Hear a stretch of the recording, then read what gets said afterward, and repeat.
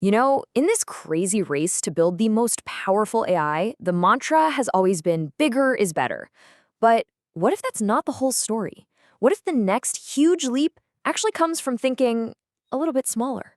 Well, let's get into it because Google just dropped a new model that might seriously change the game. Okay, take a good look at this chart. Way over on the right, you've got the industry giants, right? These massive models with hundreds of billions, sometimes even a trillion parameters. But now, look way over to the left, up in that top corner. See that?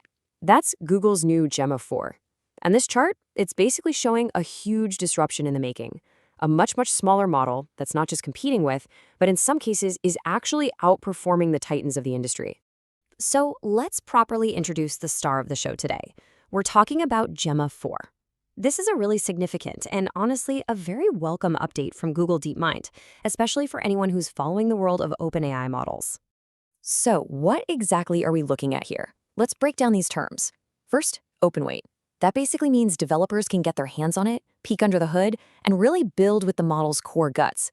Multimodal is huge. This thing isn't just about text anymore. It can understand images and even audio right out of the box. And the whole thing is built for complex reasoning and, this is the really important part, to run directly on your own devices.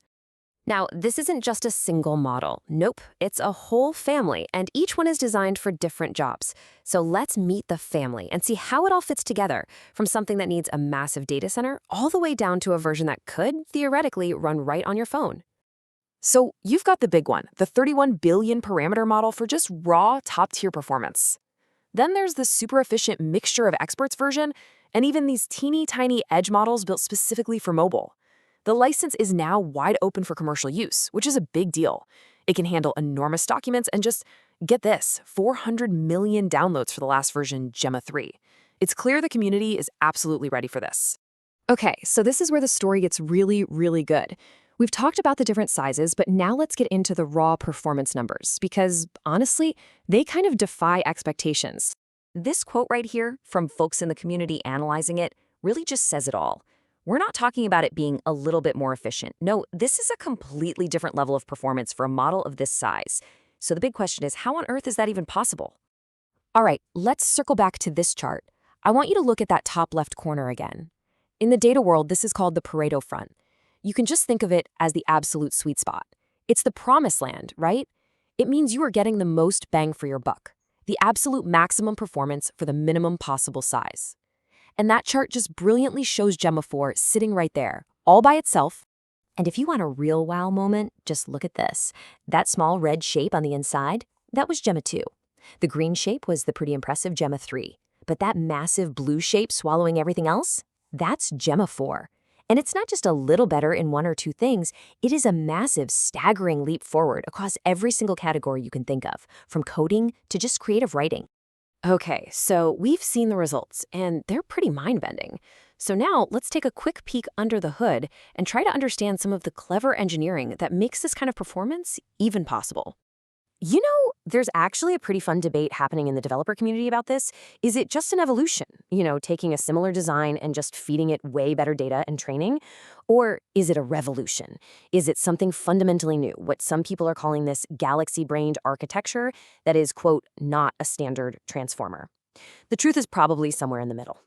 So let's just touch on a few of the clever tricks they're using. Proportional rope basically helps the AI remember really long conversations without getting confused. KV cache sharing is a slick memory-saving trick that makes it run way faster on your own device.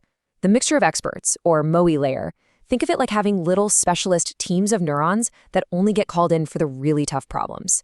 And of course, it was built from the ground up to be smart with images and audio. Okay, this tech is fascinating for sure, but let's bring it all back down to earth. What does a release like this actually mean for you, for developers, and for the future of AI in the real world? So this is so important. This wasn't just some research paper that got dropped and forgotten. No, this was a tool that developers could download and start building with from the second it was announced. The support on day 0 was just massive.